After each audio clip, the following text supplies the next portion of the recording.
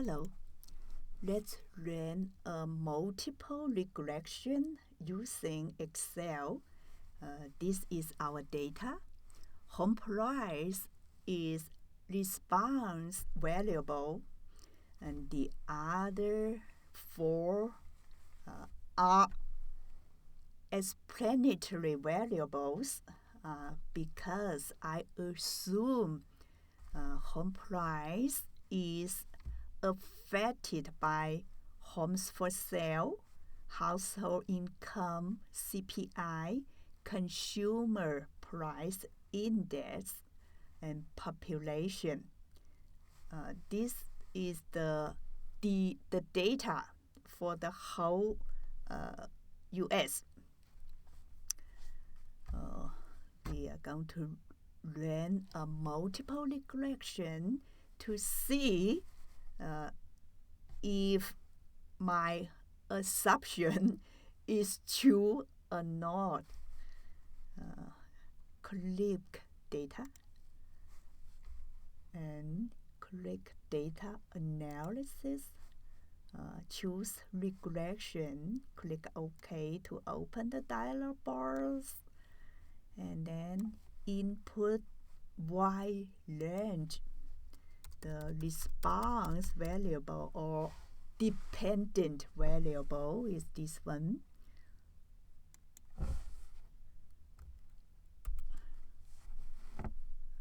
And input Y range. Then we have multiple S variables. We just choose all of these.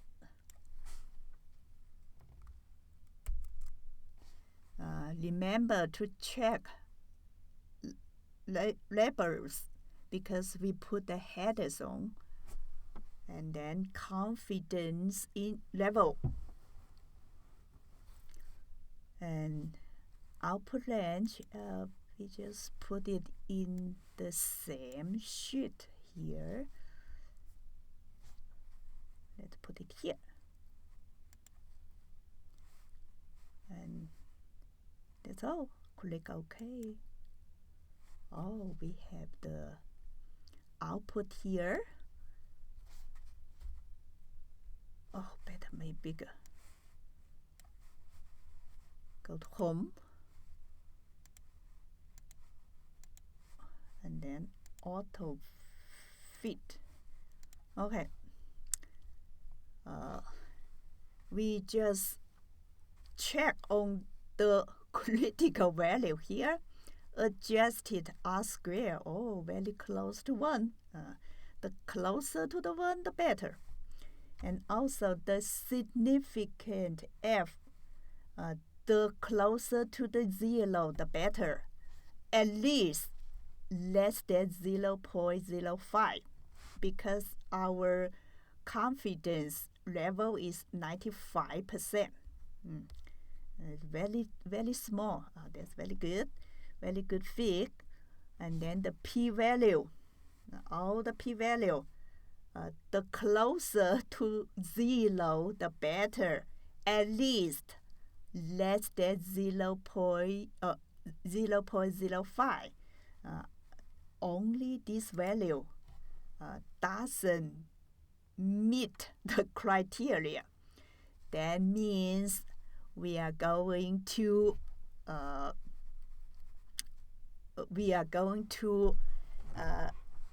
accept that homes for sale, the coefficient homes for sale is equal to 0.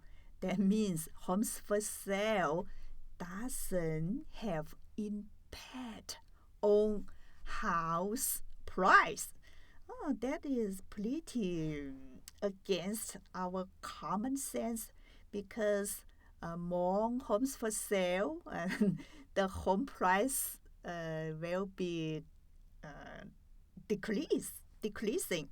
But anyway, because the multiple regression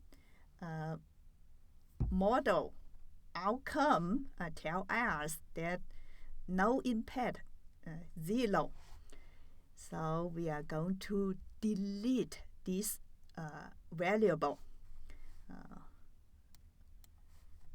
So because no impact, we just have these three left, and household income and CPI and population. And we are going to run multiple regression again to see the outcome. Click data, data analysis.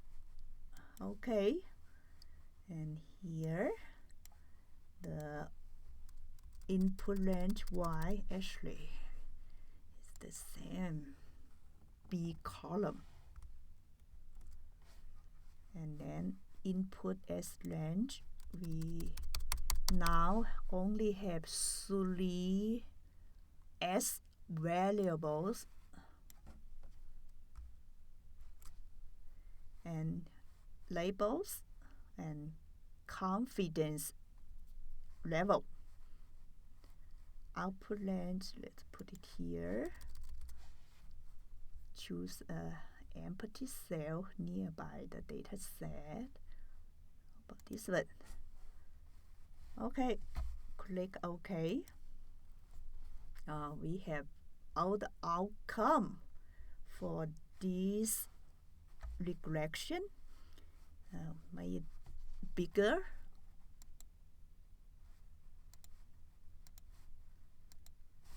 And then auto fit. Okay, we check the critical values again. Oh, the adjusted R squared, the closer to 1 the better. And this one, the closer to 0 the better, at least less than 0.05. And then the p-value, the closer to the 0 the better, at least less than 0.05, not percent, 0.05. So all these p-value are less than 0.05 and very small. Look at this one, 10 to the negative 5th power. So we conclude that the household income and CPI and population impact the home price. So how is the impact? Let's go through the coefficients here. Household income, the coefficient is around 6.7. That means if the household income increases $1, the unit for household income in our data is $1. Increase $1, the home price will increase $6.7. And CPI, if the CPI increase 1 unit, the home price will decrease, negative side will decrease around $1,000. Oh, that is a little bit against our common sense. And it might because if the CPI increase, we have to spend more money for grocery, for gas, for transportation. So we don't have enough money to buy new house, or we better stay in the apartment or buy a small house. That the home market, housing market need to decrease the home price to attract the buyer.